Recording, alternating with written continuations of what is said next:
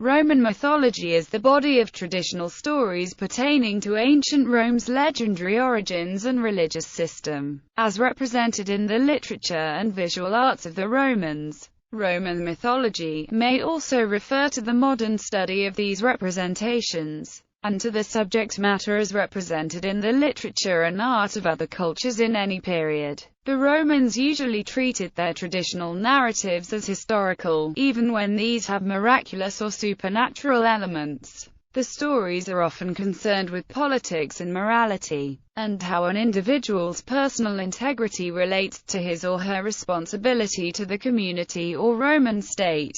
Heroism is an important theme. The study of Roman religion and myth is complicated by the early influence of Greek religion on the Italian peninsula during Rome's proto-history, and by the later artistic imitation of Greek literary models by Roman authors. In matters of theology, the Romans were curiously eager to identify their own gods with those of the Greeks, and to reinterpret stories about Greek deities under the names of their Roman counterparts. Rome's early myths and legends also have a dynamic relationship with Etruscan religion, less documented than that of the Greeks. While Roman mythology may lack a body of divine narratives as extensive as that found in Greek literature, Romulus and Remus suckling the she-wolf is as famous as any image from Greek mythology except for the Trojan horse. Because Latin literature was more widely known in Europe throughout the Middle Ages and into the Renaissance, the interpretations of Greek myths by the Romans often had the greater influence on narrative and pictorial representations of classical mythology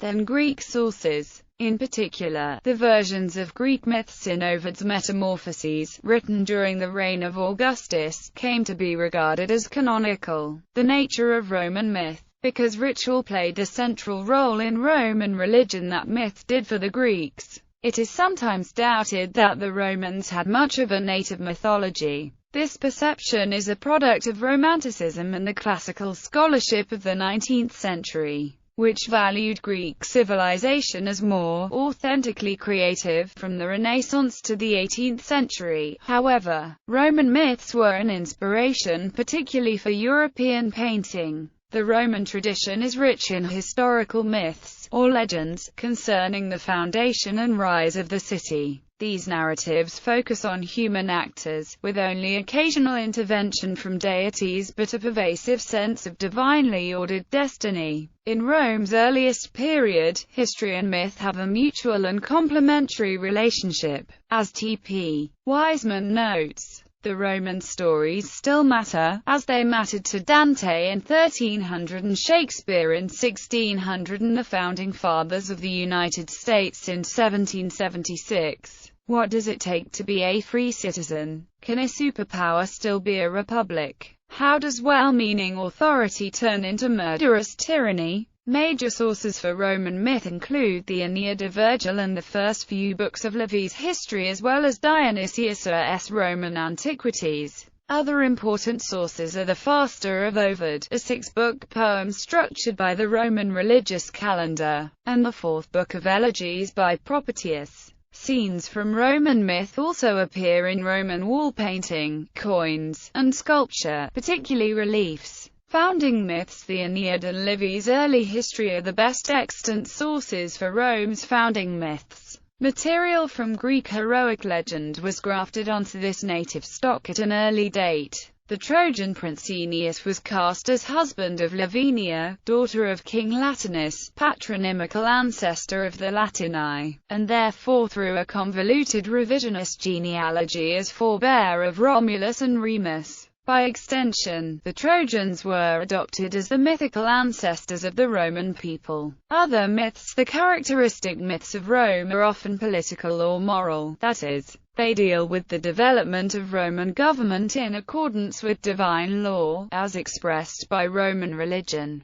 and with demonstrations of the individual's adherence to moral expectations or failures to do so. Rape of the Sabine women, explaining the importance of the Sabines in the formation of Roman culture, and the growth of Rome through conflict and alliance. Numa Pompilius, the Sabine second king of Rome who consorted with the nymph Egeria and established many of Rome's legal and religious institutions. Servius Tullius, the sixth king of Rome, whose mysterious origins were freely mythologized and who was said to have been the lover of the goddess Fortuna, the Tarpeian rock, and why it was used for the execution of traitors. Lucretia, whose self-sacrifice prompted the overthrow of the early Roman monarchy and led to the establishment of the Republic. Cloelia, a Roman woman taken hostage by Lars Porsena. She escaped the Clusian camp with a group of Roman virgins. Horatius at the bridge, on the importance of individual valor. Mucius Scaevola, who thrust his right hand into the fire to prove his loyalty to Rome. Caeculus and the founding of Praenesta. Manlius and the geese, about divine intervention at the Gallic siege of Rome. Stories pertaining to the Nonni Capritani and Poplar festivals. Coriolanus, a story of politics and morality. The Etruscan city of Corythus as the cradle of Trojan and Italian civilization. The arrival of the Great Mother in Rome. Religion and myth. Divine narrative played a more important role in the system of Greek religious belief than among the Romans, for whom ritual and cult were primary. Although Roman religion was not based on scriptures and exegesis, priestly literature was one of the earliest written forms of Latin prose. The books and commentaries of the College of Pontiffs and of the Augurs contained religious procedures, prayers, and rulings and opinions on points of religious law. Although at least some of this archived material was available for consultation by the Roman Senate, it was often a cultum genus literarum, an arcane form of literature to which by definition only priests had access. Prophecies pertaining to world history and Rome's destiny turn up fortuitously at critical junctures in history, discovered suddenly in the nebulous Sibyllina books, which according to legend were purchased by Tarquin the Proud in the late 6th century BC from the Cumaean Sibyl. Some aspects of archaic Roman religion were preserved by the lost theological works of the 1st century BC scholar Varro, known through other classical and Christian authors. At the head of the earliest pantheon were the so-called archaic triad of Jupiter, Mars, and Quirinus, whose flamens were of the highest order, and Janus and Vesta. According to tradition, the founder of Roman religion was Numa Pompilius, the Sabine second king of Rome, who was believed to have had as his consort and advisor a Roman goddess or nymph of fountains and prophecy, Egeria. The Etruscan-influenced Capitoline triad of Jupiter, Juno and Minerva later became central to official religion, replacing the archaic triad, an unusual example within Indo-European religion of a supreme triad formed of two female deities and only one male. The cult of Diana was established on the Aventine Hill, but the most famous Roman manifestation of this goddess may be Diana Nomorensis, owing to the attention paid to her cult by J.G. Fraser in the mythographical classic The Golden Bough. The gods represented distinctly the practical needs of daily life, and they were scrupulously accorded the rites and offerings considered proper. Early Roman divinities included a host of specialist gods, whose names were invoked in the carrying out of various specific activities. Fragments of old ritual accompanying such acts as plowing or sowing revealed that at every stage of the operation a separate deity was invoked, the name of each deity being regularly derived from the verb for the operation. Tutelary deities were particularly important in ancient Rome. Thus, Janus and Vesta guarded the door and hearth, the Lares protected the field and house, Pales the pasture, Saturn the sowing, Ceres the growth of the grain, Pomona the fruit, and Consus and Ops the harvest. Even the majestic Jupiter, the ruler of the gods, was honored for the aid his rains might give to the farms and vineyards. In his more encompassing character he was considered, through his weapon of lightning, the director of human activity and, by his widespread domain, the protector of the Romans in their military activities beyond the borders of their own community.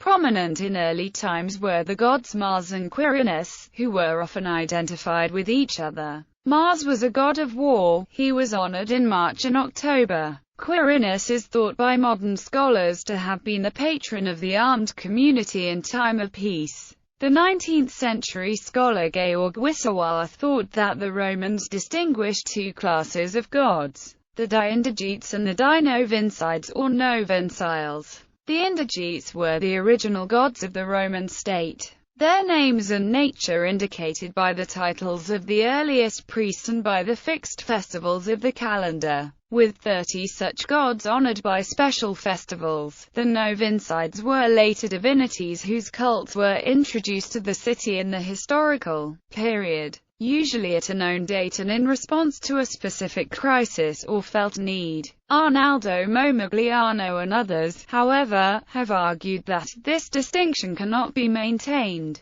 During the war with Hannibal, any distinction between indigenous and immigrant gods begins to fade, and the Romans embraced diverse gods from various cultures as a sign of strength and universal divine favor. Foreign gods. The absorption of neighboring local gods took place as the Roman state conquered the surrounding territory. The Romans commonly granted the local gods of the conquered territory the same honors as the earlier gods of the Roman state religion. In addition to Castor and Pollux, the conquered settlements in Italy seem to have contributed to the Roman pantheon. Diana, Minerva, Hercules, Venus, and deities of lesser rank, some of whom were Italic divinities, others originally derived from the Greek culture of Magna Graecia. In 203 BC, the cult object embodying Cybele was brought from Pessinus in Phrygia and welcomed with due ceremony to Rome.